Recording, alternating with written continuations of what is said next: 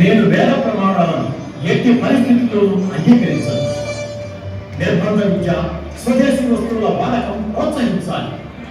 బ్రాహ్మణ పురోహితుల ప్రభావాన్ని ఏ మాత్రం అనుమతించకూడదు. తక్కువ ఖర్చుతో పురోహితులు మంత్రాలు లేకుండానే మనకు నచ్చిన భాషలోనే వివాహాలు, శుభకార్యాలు నిర్వహించుకున్నాం. మూఢనమ్మకాల నుండి జ్యోతిష్యం, జాతకాలు, దయ్యాలు, భూతాలు వంటి నమ్మకాలను పటాపంచలు చేయాలి. విగ్రహారాధనను తిరస్కరించాలి.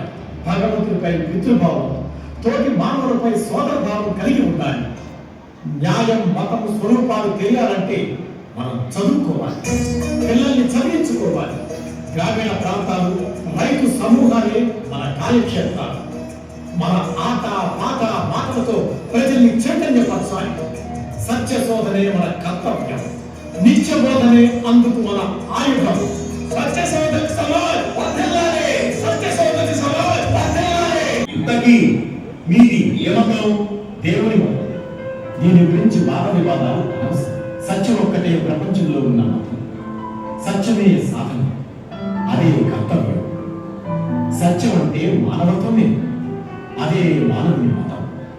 మన శాస్త్రాలు, వేదాలు, భగవద్గీత, పురాణాలు అన్నీ మీ దృష్టిలో అన్ని మానవులు రాసినవే.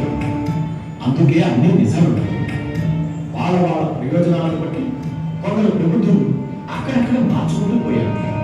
సమాజంలో చీలికలకు, అణచివేతలకు, ఆధిపత్యాలకు ఊపిరి పోశారు. నమ్మకాలు కొన్ని వేల సంవత్సరాలుగా ఉన్నాయి. మనిషి ప్రత్యేకత, శ్రమ, ఆలోచన అవి రెండు ప్రశ్నించడంతోనే అభివృద్ధి చెందాయి.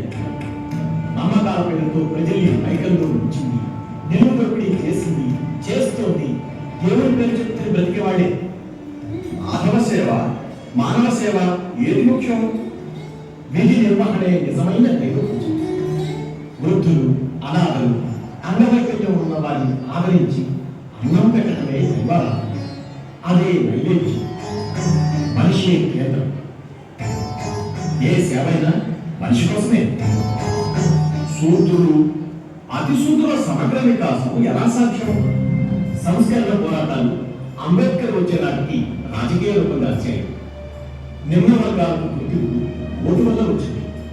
వేల సంవత్సరాలుగా కోల్పోయిన విద్యా, ఉపాధి అవకాశాలు రాజ్యాంగబద్ధ రిజర్వేషన్ల ద్వారా రక్షణ పొందాయి.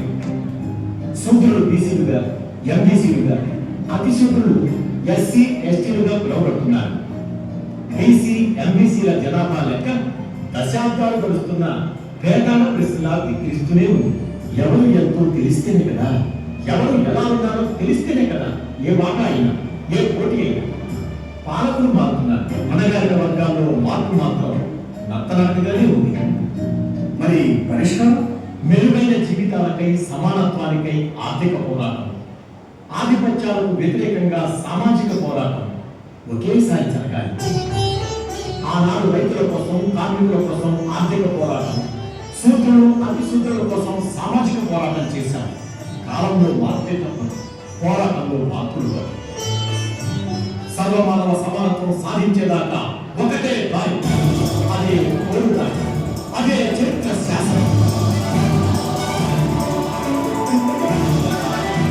మిత్రులారా, దేహమే సందేహాలు ఉంటాయి. ఒకటి నివృత్తి అయితే మరో సందేహం ముందు పోసుకుంటూనే ఉంటుంది.